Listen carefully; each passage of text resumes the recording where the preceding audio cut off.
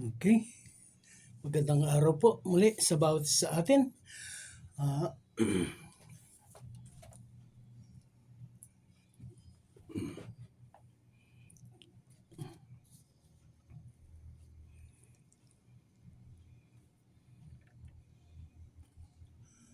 okay. Ngayon po ay March 8, second Saturday of the month of March 2025. Okay. Konti pa.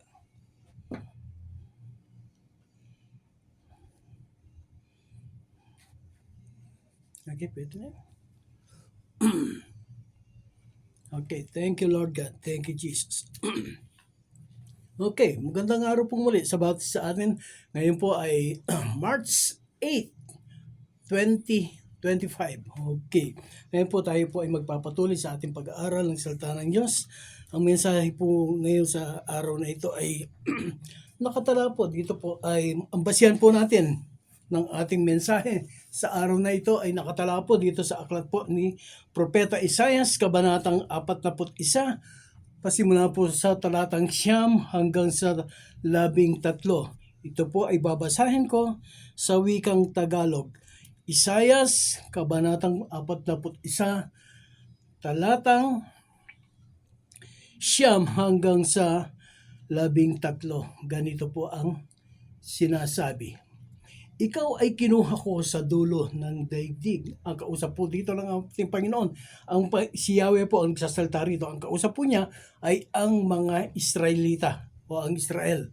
Ikaw ay kinuha ko sa dulo ng daigdig sa pinakamalayong sulok nito. Sinabi ko sa iyo noon, ikaw ay aking lingkod. Ikaw ay hinirang ko, hindi itinakwil. Ako'y isa sa inyo. Huwag kang matakot. Ako ang iyong Diyos, di ka dapat mangamba kanino man. Palalakasin kita at tutulungan, iingatan at ililigtas. Kahit lahat ng may galit sa iyo ay mapapahiya at mamamatay ang sinumang lumaban sa iyo.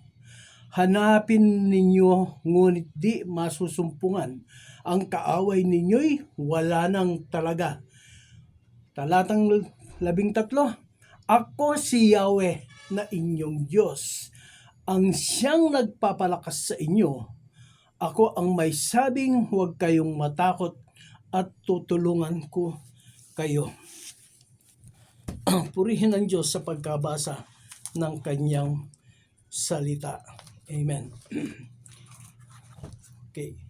Dito po sa ating pag-aaral na ito po ay binigyan ko ng talata o titulo na God is our helper. Trust Him. Ang Diyos ang ating tagatulong. Paniwalaan natin siya. Amen. Okay. Lord God, I am only a ordinary servant. I am only doing my duty.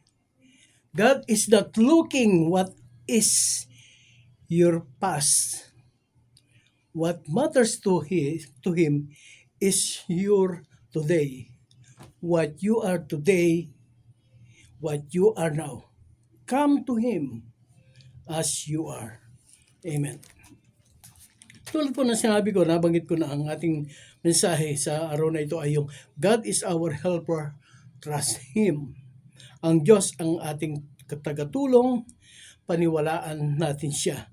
Dito po sa aklat po ni Isaias, Kabanatang 41, talatang 9 at 13. No po? Yung pong nabasa po natin, no po? Yung madami po yung salitang dito na nabasa natin na huwag kang matakot. Dito po sa ano ito, dito po sa verse 10, no po? Ang sabi po niya rito, ako'y isa sa inyo, huwag kang matakot. Ako ang iyong Diyos, di ka dapat mangamba kanino man. Yung pong salitang takot o pangamba, pag-aalala, ito po ay nasulat sa Biblia ng 365 times. Opo, 365 beses na isulat po ang salitang huwag kang matakot, huwag kang mangamba. Kahalintulad po, kapareho po ng bilang ng araw ng isang taon.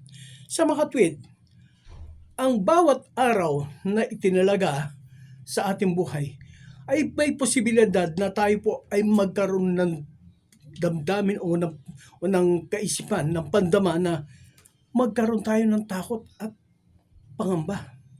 Po. Ang salitang takot at pangamba ay madadama, naranasan ng lahat ng tao. Kaya mayaman yan, kaya mahirap. Yung kilala, yung kumbaga yung sinasabing rich and famous, yung mga matatalino, yung mga elite na mga tao, kahit na yung mga mahirap, yung mga hindi nag-aral. Yung matataas ang katayuan sa lipunan, yung matataas ang posisyon, mayroong posisyon sa lipunan, malalaking tao, kumbaga mga sinasabi na they are the elite people, yung mga tanyag na talagang kinikilala, tinitingala ng tao. Pero ang lahat ng yan, lahat tayo, walang exempted. Lahat ay nakakaranas, nakakadama ng salitang takot, ng pangamba. Ano po? Pinangangambahan ng marami, lalo na yung mga may edad na. Ano po? Pinangangambahan yung kanilang kalusugan. Concern sila sa kanilang health. Anong sakit ang maaring dumapo sa kanila? Ito ba ay cancer?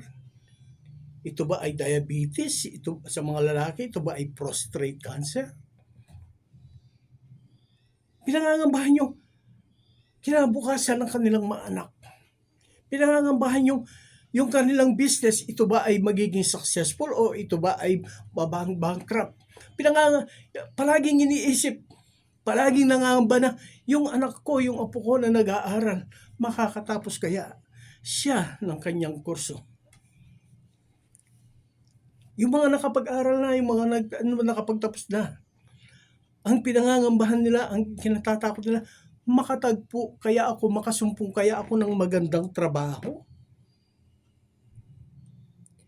Ngayon ako ay professional na tatawag, pero anong trabaho ang nababagay sa akin? Ano po? Yung mga pangamba, yung mga takot na, yung sinasabi na, ano ang kakainin namin bukas? Yung po yung pangamba ng mga mahirap, yung walang talagang mga trabaho na ano. Saan ako kukuha ng pambayad ng kuryente? Saan ako kukuha ng pambayad ng renta sa bahay? Saan ako kukuha ng pambayad ng tubig? Saan ako kukuha sa babayad ko? Sa tuition fee ng aking anak. Pangamba, takot, ligalig ang tao. Yan ang palaging nararanasan. Yan ang palaging nandiyan, nakaambang. Pagmulat pa lamang ng mata ng tao, sa kanyang pagtayo, sa kanyang pagkagising, yun na agad ang sumasalubong sa kanya. Subalit ang Diyos, ang salita ng Diyos sa kanya kanina, ang sabi niya, huwag kang matakot, huwag kayong mangamba, ako ang iyong Diyos. Yan po ang Diyos natin. Hindi po kapareho ng ng mga leader natin. Maraming mga leader, maraming mga ipinapangako. Ano po? Yung pong nakaraang Sabado, ang mensahe po natin doon ay no more mana. Yung mana, yung pagkain na umuulan magmula sa langit. Pinaulanan ng Diyos ng mana, ng tinapay at ng karne o ng pugo ang mga Israelita na nandoon sa ilang. 40 years. Walang iniisip na pangamba, walang iniisip na magugutom, walang iniisip na baka walang kakainin bukas. Ang biyaya at pagpapalang ng Diyos ay sapat sa kanila. For 40 years, hindi sila naghanap buhay. Hindi sila nagbungkal ng lupa, hindi sila nagtanim, hindi sila nagisda. Nandoon at araw-araw at dumarating ang kanilang makakain. Subalit, dumating yung araw na hindi na umulan ng pagkain ng mana. Subalit ang Diyos ay mayroong inihanda, mayroong itinalaga. Nakakainin pa rin ng mga Israelita doon sa lugar na kanilang napuntahan, yung Kanaan, yung lupang pangako. Nandoon yung mga puno, yung mga halaman na nagbubunga. Mayroon silang inaani na kailangan nila sa pang-araw-araw na buhay. Masustunihan ang kanilang mga pagkain. Amen. Ang Diyos pag kumilos, hindi kanya dadalhin doon sa lugar na ikaw ay magigipit, na ikaw ay malalagay sa alanganin. Ano po? Can you imagine that? Hindi po nagtanim ang mga Israelita doon sa lugar ng Kanaan. Pero pagdating po nila doon, meron silang inaani. Meron silang makakain. Hindi sila iniwan ng Diyos.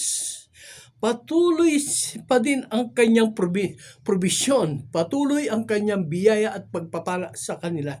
Bagaman alam po natin kung gaano katigas ang ulo ng mga Israelita, patuloy silang nagbibigay ng sama ng loob. Patuloy silang tumatalikod sa Diyos. Patuloy silang gumagawa ng kasamaan sa Diyos. Our God is our helper.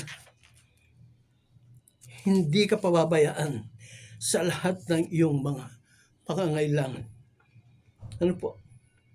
Ngayon, dito po sa ating mensahe na ito, ano po yung mga katanungan na dapat po nating sagutin? Paano po natin haharapin yung mga kahirapan, yung mga pagsubok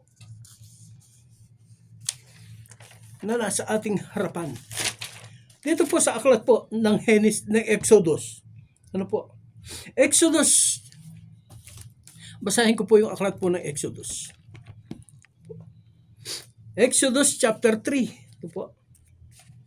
Dito po sa Exodus chapter 3. Ang tanong po ay yung ano po?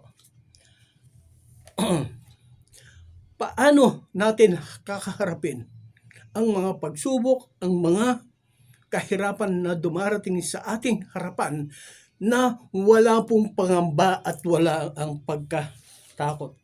Exodus chapter 3 verse 7, ganito po ang sinasabi. Okay. Exodus chapter 3 verse 7. Sinabi sa kanya ni Yahweh, sinabi po ni Yahweh ito kay Moses. Nag-uusap po sila. Sinabi ni Yahweh kay Moses, nakita kong labis na pinahihirapan ng mga Ehipsyo ang aking bayan. Alam ko ang hirap nilang tinitiis at narinig ko ang kanilang daing. Kaya bumaba ako upang sila ay iligtas. Paano po natin haharapin? Paano po natin sasalungain ang mga kahirapan, ang mga pangamba, ang takot na nandoon sa ating harapan? Ang sabi po ng Diyos dito, sinasabi po niya mismo kay Moses. Ang sabi niya, narinig ko ang daing ng aking bayan. Alam ko ang hirap na kanilang pinagdadaanan. Kaya bumaba ako upang sila ay iligtas. Ano po ang magic word doon? Narinig ko ang kanilang daing. Meaning, ano po meaning? Nagpipray po, dumadalangin ang mga Israelita. Patuloy silang dumadalangin for 430 years.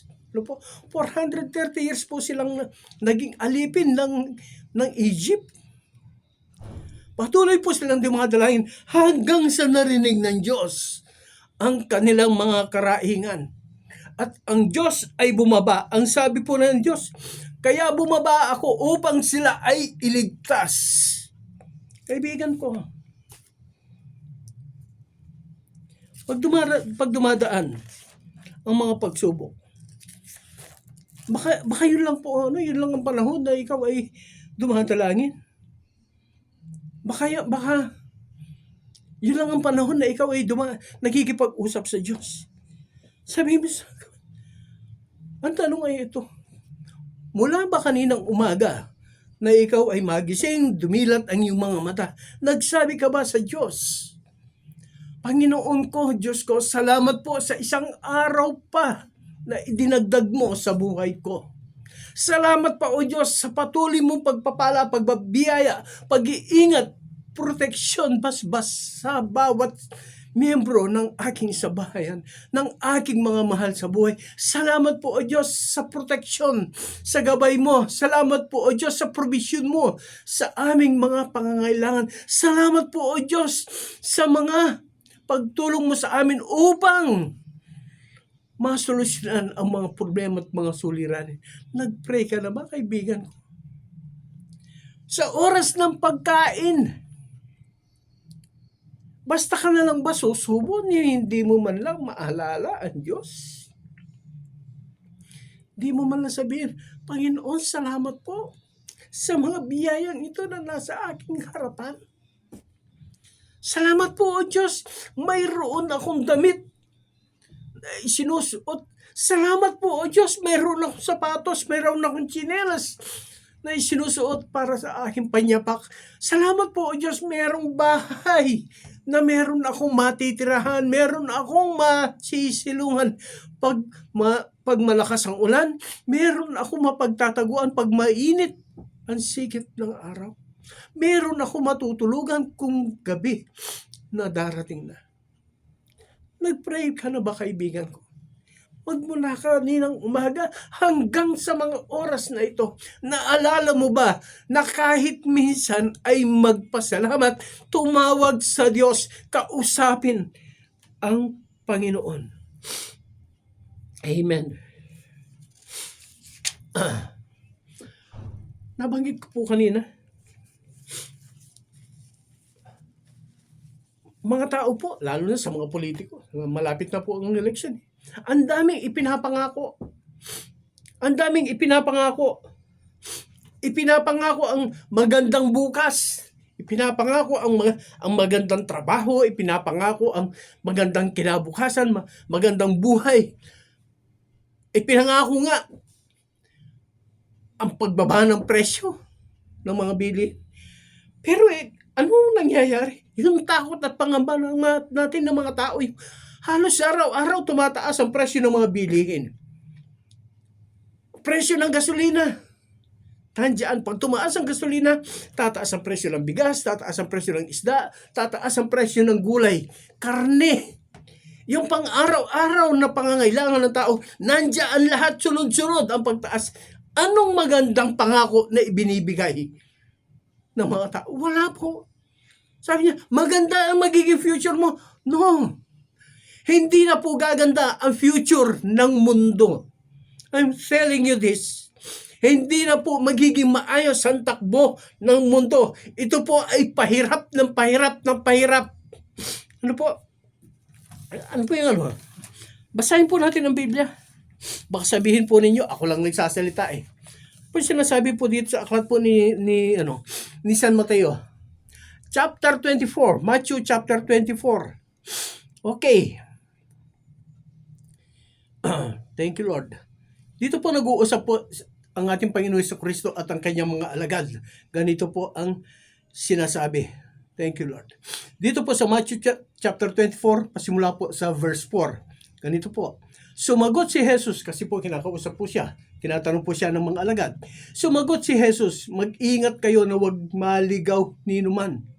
Sapagkat maraming paririto sa aking pangalan at magsabi ako ang Mesiyas. Lako.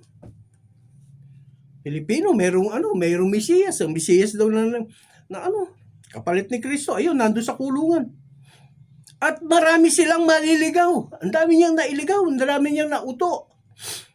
Verse 6. Makaririnig kayo ng alingaw-ngaw ng labanan at ng mga balita tungkol sa digmaan. Yung giyera, kaliwat kanan, mahigit na almost 2 years na po ang giyera ng Russia at saka ng Ukraine. Hanggang ngayon hindi pa natatapos. Yung giyera sa Iran, giyera sa Tehran, giyera. Kaliwat kanan, ano po? Ano ba yan?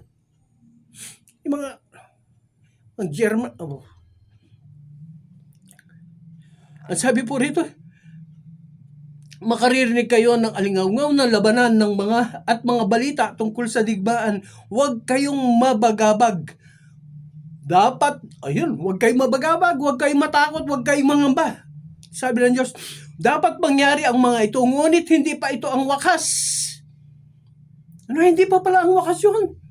Sapagkat makikibaka ang bansa laban sa kapwa bansa at ang kaharian sa kapwa kaharian. Magkakagutom. Ang dami nagugutom na mga tao ngayon. Magkakagutom at lilindol sa iba't ibang dako. Pambihira yan. Kaliwat kanan ang lindol na ating nararamdaman, ang ating nababalitaan araw-araw. Nandun. Yan. Top of the news, ang mga lindol, ang mga bagbaha, ang mga landslide na nangyayari dito sa ating kapaligiran. Lilindol sa iba't ibang dako. Ang lahat ng ito'y pasimula pa lamang ng mga paghihirap. Paano sasabihin ng mga politiko na gaganda ang kinabukasan, sa 1 taon, sa 2 taon, gaganda ang ating buhay? Ito po sinabi ng ating Panginoon eh. Ito po sinabi ng ating Panginoon. Matthew chapter 24. Ano pa? Verse 4 hanggang verse 8. Sabi niya, ito pa lang ang pasimula ng paghihirap. Pasimula pa lamang pala ito ng paghihirap. Yung mga taggutom, yung mga lindol, yung mga pagbaha, yung mga giyera na yan. Yung korupsyon, hindi matigil-tigil. Ang dami ng mga leader, ng mga presidente, mga gobernador, nagpapalit-palit. Yung pong droga, hindi natitigil. Lalo pang dumadami, lumala pa ng lumala. Tapos sasabihin, maganda ang magiging kinabukasan natin pag sila ang naging leader, pag sila ang naupo sa pwesto. Maniwala ka dyan. Mas paniniwalaan ko ang salita ng Diyos. Mas paniniwalaan ko ang Panginoong Hesukristo. Ang sabi niya, pasimula pa lamang yan ng paghihirap. Kaya italaga po natin ang ating mga sarili, mga kaibigan ko, mga kapatid, mga kapwa ko, Kristiyano, magpakatibay po tayo, magpakatatag, magpakalalim sa ating pananampalataya sa ating Diyos. God is our helper. Trust Him. Ano po sabi ng Diyos? Narinig ko ang kanilang daing, manalangin po tayo. Idalangin po natin ang ating kinabukasan. Diyos, bigyan mo po kami ng lakas ng loob, bigyan mo po kami ng tapang, bigyan mo po kami, Panginoon, ng paninindigan na kami po, o Diyos, ay magpapatuloy na nananalig, umaasa, naniniwala at nangahawakan sa iyong mga salita. Hindi kami tatalikod, o Diyos. We will serve you, O God. You are our helper. We will trust on you. Amen. Ang mga Israelita, sabihin ng mga tao, marami akong kasalanan, di ako pakikinggan ng Diyos. Sabi nga ng Panginoon, pumunta ka rito, tumawag sa akin, tutugunin kita. Parang po narinig na sinabi ko kanina, God is not after on what is your past. God is after what you are today, what you are now. Ang kailangan o ang gusto ng Diyos ay yung ano ka ngayon. Hindi yung kahapon mo, hindi yung nakaraan mo. Hindi yung tinitingnan ng Diyos. Ang mahalaga sa Diyos ay yung ngayon. Kung ano ka sa harapan niya. Yan po ang mahalaga sa Diyos. Po yung mga sinasabi na, Lord, yung po mga leader namin, Lord, yung po mga leader namin, tulungan mo po sila. Yes. Pero kahit na po, dinadalahin po natin sila. Tayo mismo, ihanda natin, italaga natin ang ating mga sarili sa sinabi ng ating Diyos, sa sinabi ng ating Panginoon, na ito ay pasimula pa lang ng paghihirap. Abnormal po ang panahon natin ngayon. Kaninang umaga, napakainit. Tapos paglabas ko ng bahay, ang lakas ng ulan. Ano ba? Pero kung totoo siya, ano lang ngayon? Marso ngayon. Summer po ngayon. Pero bakit umuulan? Ewan ko. Ang Diyos na nakaalam niya. No one knows. Sasabihin nila kahit climate change. No, hindi ko alam. Bakit? Oh. God is our helper. Trust Him. Thank you, Lord God. Ang mahirap eh. Matagal na po akong tumadalangin eh. Matagal na po akong nananalangin eh. Kaibigan ko, paano ka manalangin? Ang ipinapanalangin mo, yung gusto mo eh. Ang gusto mo, sumunod ang Diyos sa'yo. Pinipilipit mo. Ang gusto mo yun ang mapangyari. Ang sabi po dun sa aklat ng Jeremiah chapter 29 verse 11. For I know the plans I have for you. Plans to prosper you and not to harm you. Maganda ang plano ng Diyos sa atin. Tayo ay pagpalain ng Diyos. Hindi yung gusto natin, yung plano natin ang mapangyari, hindi yung plano ng Diyos eh. Sabihin natin sa Panginoon, Lord, ano po ang plano mo sa buhay ko? Diyos, gusto ko pong maglingkod sa iyo. Yun po ba ang plano mo sa akin? Call unto Him. Talk to God. Talk to God. Sabihin mo, Lord, thy will be done. Hindi po yung, Lord, ako muna masusunod ha. Saka ka na. No. Sumunod tayo sa Diyos. Ang sabi nga po sa Biblia, seek ye first the kingdom of God and His righteousness, and all these things shall be added unto you. Trust God. God knows best. God knows what is best for us. God knows what is good for us. God knows how to take care of us. Hindi po tayo iiwanan, hindi tayo pababayaan ng Diyos. Ang Diyos ang laging nagbabantay sa atin. Ang Diyos ang laging mag-iingat sa ating. Pangalawa, no? Paano po natin maiiwasan yung pangamba, yung takot? Okay. Pangalawang punto natin ito. Dito po sa aklat ng Deuteronomio. Deuteronomy chapter 8 po. Verse 11 hanggang verse 20. Alam po niyo, ito po ang isa sa mga paborito kong talata sa Biblia. Deuteronomy chapter 8 verse 11 hanggang sa verse 20. Ganito po ang sinasabi. Thank you, Lord. Ang tanong po ay, ano pa ang dapat natin gawin upang mapaglabanan po natin yung pangamba at yung takot sa atin na dumarating sa ating buhay? Verse 11, huwag ninyong kalilimutan si Yahweh. Remember God. Ano? God first. Everything else. Ano? First and foremost, ang Diyos muna ang alalahanin natin. Huwag po yung mga kung ano-ano ang inaisip natin. Ano kakainin ko bukas? Ano kakainin natin mamaya? Saan ako pupunta bukas? Saan ako magbabakasyon? No, God first. Remember God. Huwag ninyong kalilimutan si Yahweh. Sundin ninyo ang kanyang mga utos. Sundin ninyo ang kanyang mga utos. Anong sinasabi niya? Maglingkod ka sa akin, magbasa ka ng Biblia, manalangin ka, mag-attend ka ng church. I-share mo ang good news. Share the word of God. I-share mo si Jesus. Dati, yan po ang mga utos ng Diyos. Wala pong gastos yan. Verse 12, kung kayo'y namumuhay na ng sagana, nakatira na sa magarang tahanan, at marami ng alagang hayop at marami ng natipong pilak at ginto, huwag kayong magmataas. Huwag nga ninyong kalilimutan si Yahweh na nagpalaya sa inyo mula sa pagkaalipin. Ano po na? Pag kayo ay nakatira na sa magarang tahanan, kung kayo ay marami ng pera, kung kayo ay marami ng ginto, kung kayo ay marami ng mga alagang hayop, Ibig sabihin, pag ikaw ay mayaman na, pag ikaw ay nandun na sa ganitong buhay, huwag mong kalilimutan si Yahweh. Remember God. Para yung takot, yung pangamba, hindi napupunta sa'yo. Pag palagi mong inaalala ang Diyos, ang Panginoon, Lord, salamat po Diyos sa ganitong katatayuan ng aking buhay.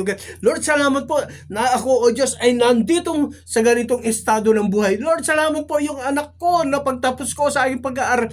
Lord, salamat po, malusog kami, malakas kami, wala po sa kami sakit, wala po kaming karamdaman. Diyos, salamat po. Wala kaming utang. Salamat po, O Diyos, salamat po. Inaalala natin ang Diyos. Mayaman ka. Excuse me, ha? Hindi naman sa Alam po ninyo, ewan lang. Yung tao, ganito na yan eh. Pag mayroong kailangan sa Diyos, sunod-sunod ang prayer niya, Lord, pagpalain mo lang ako. Diyos, ganito. Lahat ipinapangako. Pero pag tinugan na ng Diyos ang kanyang mga kahilingan, wala na. Yung kanyang mga pangako. Nakapako na parang mga politiko.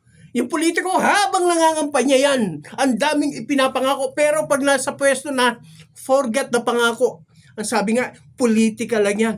Sa Diyos, wag po natin gagawin yan. Wag po natin gagawin yan. Remember God always. No? Remember God always. Huwag po natin kakalimutan ng Diyos. Ano po?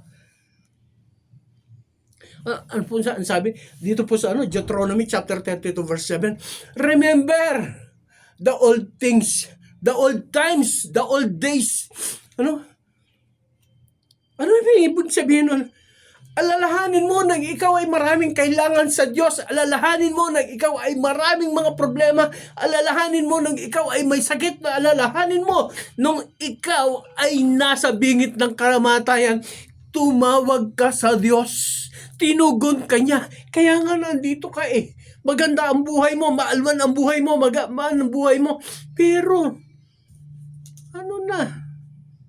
hindi mo na maalala ang Diyos. My friend, alalahanin mo ang Diyos. Remember God nung hindi ka pa kumikilala sa Kanya. Sunod-sunod ang prayer mo. Buti pa nung panahon na wala kang pera eh. Buti pa nung panahon na hirap ka sa buhay. Palagi mong inaalala ang Diyos. Palagi mong naaalala ang Panginoon. Bakit? Kasi siya ang takbuhan mo eh. Siya ang sandigan mo, siya ang proteksyon mo, siya ang tagumpay mo. Siya lang ang nagbibigay ng kapayapaan sa iyo. Maski na maraming problema, maraming suliranin. Pero pag tumawag ka sa Diyos, gumagaan ang iyong damdamin. Walang problema na hindi nabibigyan ng solusyon. Kaibigan ko,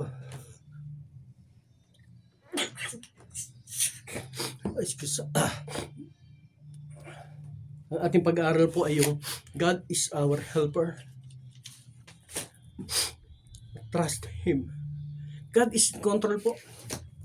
Sa lahat ng aspeto ng ating buhay, sa lahat ng mga nangyayari sa ating buhay, ang Diyos ang may control po nito. Hindi tayo pababayaan ng Diyos. Hindi po niya tayo iiwanan, hindi po niya tayo tatalikuran. Ang Diyos ay tapat. Lagi siya sa ating mga tabi. Basahin ko po ulit yung ating talata ngayon. Isaiah chapter 41 verse 9 hanggang verse 13. Ganito po ang sinasabi. Ako isa sa iyo, huwag kang matakot. Pangako ng Diyos, huwag kang matakot. Pag ang Diyos ay nangako, gagawin niya ito. Ako ay isa sa iyo. Lagi akong nasa tabi mo, ibig sabihin nun. Lagi akong papatnubay sa iyo, lagi kitang puproteksyonan, lagi kitang pagpapalain, lagi kitang iingatan malayo sa panganib, malayo sa aksidente, malayo sa disgrasya. Ako ang iyong Diyos, di ka dapat mangamba. Kanino ka ba matatakot? Ang Diyos ang siyang ating kakampi. Ano po? Lahat ng may ito po ang ito po ang masarap eh. Ito. Lahat ng may galit sa iyo ay mapapahiya. Ano yan? Yung po ano na, basta na lang sila galit sa iyo dahil ikaw ay palagi nagpe-pray, dahil ikaw ay palagi tumatawag, palagi mong sinasabi, palagi mong isineshare ang ating Panginoong Hesukristo. Pinagtatawanan ka? Yes, of course, pinagtatawanan ka. Marami po yan eh. Alam po ninyo, nung ako po ay nagpapasimula sa sa gawain ng Panginoon, doon po sa wag na po yung sa Isabela. Dito po sa Bamban. Habang kami po ay nagkakaroon ng gawain, habang ako po ay nagme-mensahe, doon po sa lugar, doon po sa bahay na aming pinagdadausan ng pagsamba. Alam po ninyo, binabato kami. Binabato. Tapos yung iba, binabato, asin bato, bato putan. Tapos yung iba, ang ibinabato doon sa bubong, yung pong mga gulong ng mga motor, yung mga sira. Tapos yung kapitbahay naman, kasi po nandoon katapat mismo nung gawain yung bahay na mayroong tindahan. Kung magpatugtog po sila, talaga namang hindi kami magkarinigan nung nandoon sa mga na nakikinig doon sa mensahe. Pero salamat sa Panginoon. Alam po ninyo, lahat ng mga iyon na gumagawa ng ganyan, nakakakilala po sila. Tumanggap po sila sa Panginoon. Tumanggap sila sa Panginoon bilang kanilang tagapagligtas. Salamat po sa Diyos. Napahiya po sila eh. Napahiya po sila sapagkat ang akala nila mali ang ating ipinangangaral. Ang ating pong ipinangangaral ay ang ating Panginoong Hesukristo. Sabi po rito, ang mga may galit sa iyo ay mapapahiya. Ano po? At mamamatay ang sino mang lumaban sa. Alam po, okay. Alam po niyo ito ay, ano po, mamamatay ang sino mang lumaban sa iyo. Ewan ko kung nagkataon lang ito. Pero siguro po hindi eh. Isa, dalawa. Huwag na po. Huwag na po. Yung pong iba na lang ho na hindi ho maganda pag-usapan na. Alam po niyo, mayroon dalawa na sa akin dito. Talaga namang pinagdiinan ako itong dalawang ito. Alam po niyo, namatay yung isa sa sakit. Namatay yung isa sa sakit. Yung isa hindi po siya namatay. 2 beses siyang na-stroke. Apo, binigyan po siya ng pagkakataon ng Panginoon. Pinagtawanan po ako nito eh. Apo, kasi pinagsabihan ko po siya. Pinagsabihan ko po siya dun sa kanyang mga maling ginagawa. Naglilingkod po ito sa Diyos. Tumatayo sa pulpito.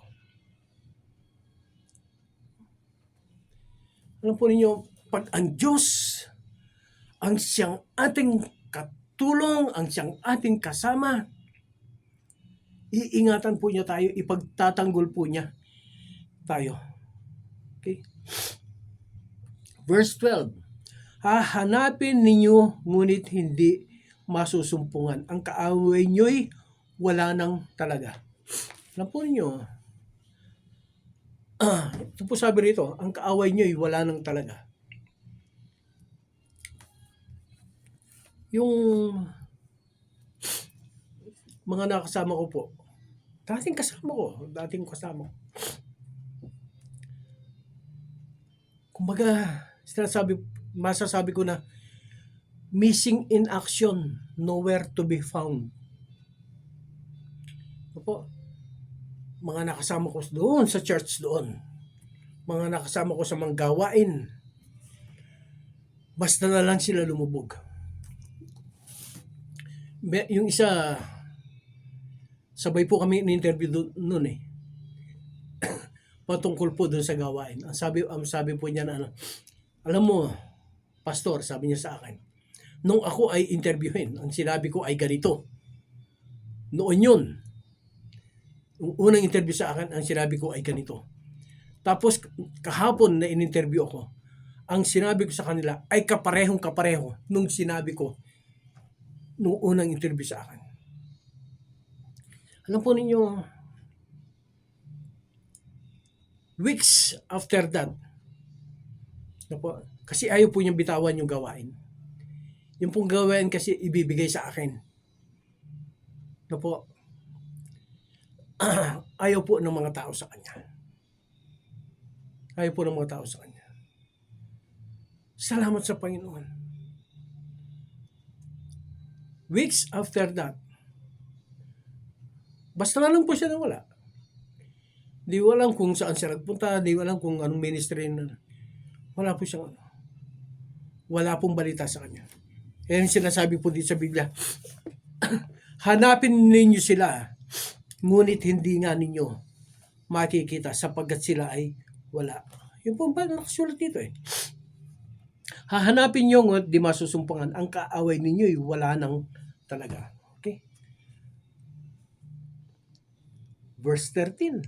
Ako si Yahweh na inyong Diyos, ang siyang nagpapalakas sa inyo. Ako ang may sabing, huwag kang matakot, tutulungan ko kayo. Kaibigan ko,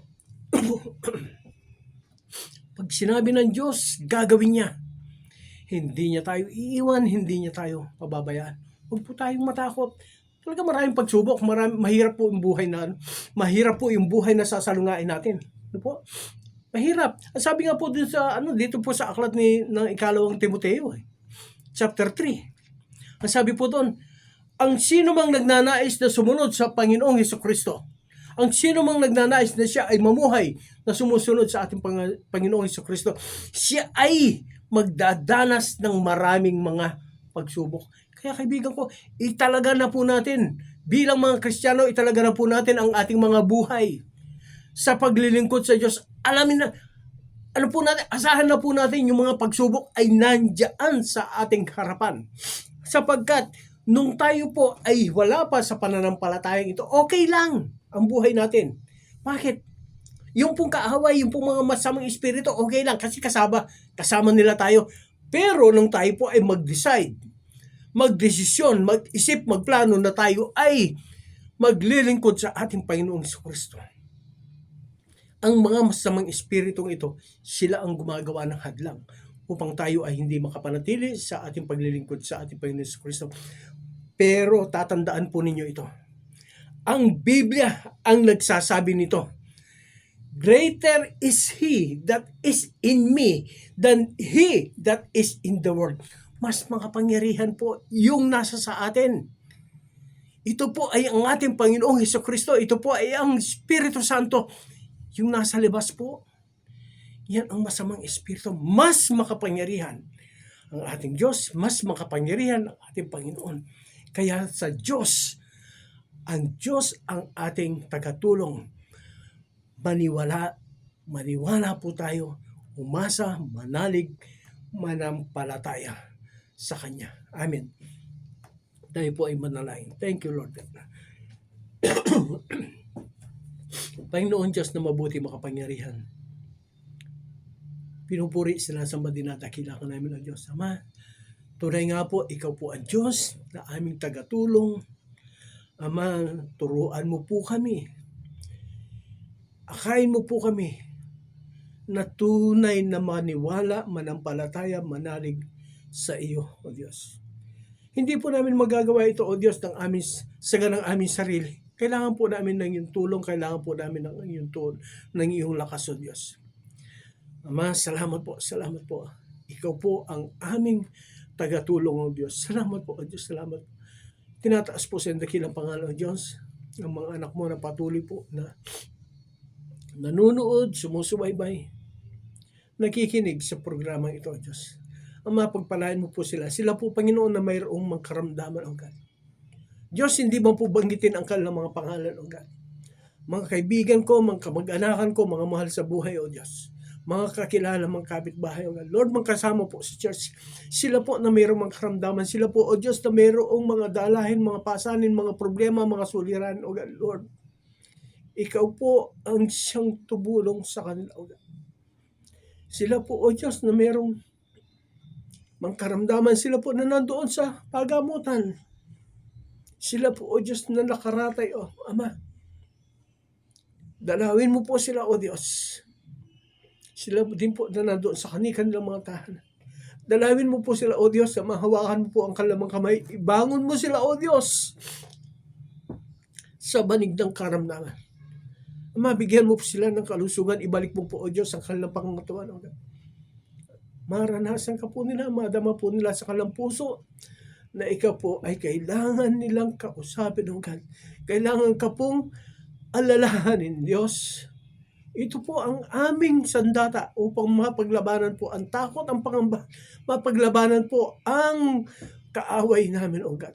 Ang kami dumalangin, kausapin ka, at alalahanin ka, O Diyos. Ama, salamat po. Tinataas ko rin po, O Diyos, ang dakilang pangalan, Ama. Sila po na naghahanap po ng trabaho, itulot po O Diyos na sila po ay makasumpong ng magandang hanap buhay, O God. Mapurihan ka, maparangalan ka sa kanilang buhay. Diyos, sila po na mayroong mga examination, sila po ay na mayroong mga board exam, O God. Yes, Father God, tinataas po sa dakilang pangalan, God. Bawat isa po sa kanila.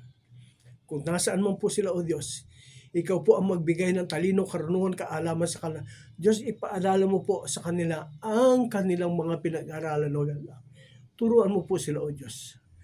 Isulat mo ang tamang katugunan sa mga katanungan na nandoon sa kanilang harapan, O God. Pagpalain mo po sila. Ganun din po, Ama, sa araw po na bukas, tinataas po namin sa dakilang pangalan, O God. Araw po ng pagsamba. Dinadalangin po namin, O Diyos, mga kapatid po namin na nangihina, mga kapatid po namin na nanlalamig, O Diyos. Patuloy, Ama, na inaabot po namin sila sa aming pananalangin. Madama po nila muli sa kanilang puso, sa kanilang damdamin na kailangan kanila. Hindi po magtatagumpay ang kaaway na sila ay tuluyang mapalayo sa iyo. Purihin ka, O Diyos, sambahin ka, dakilain ka.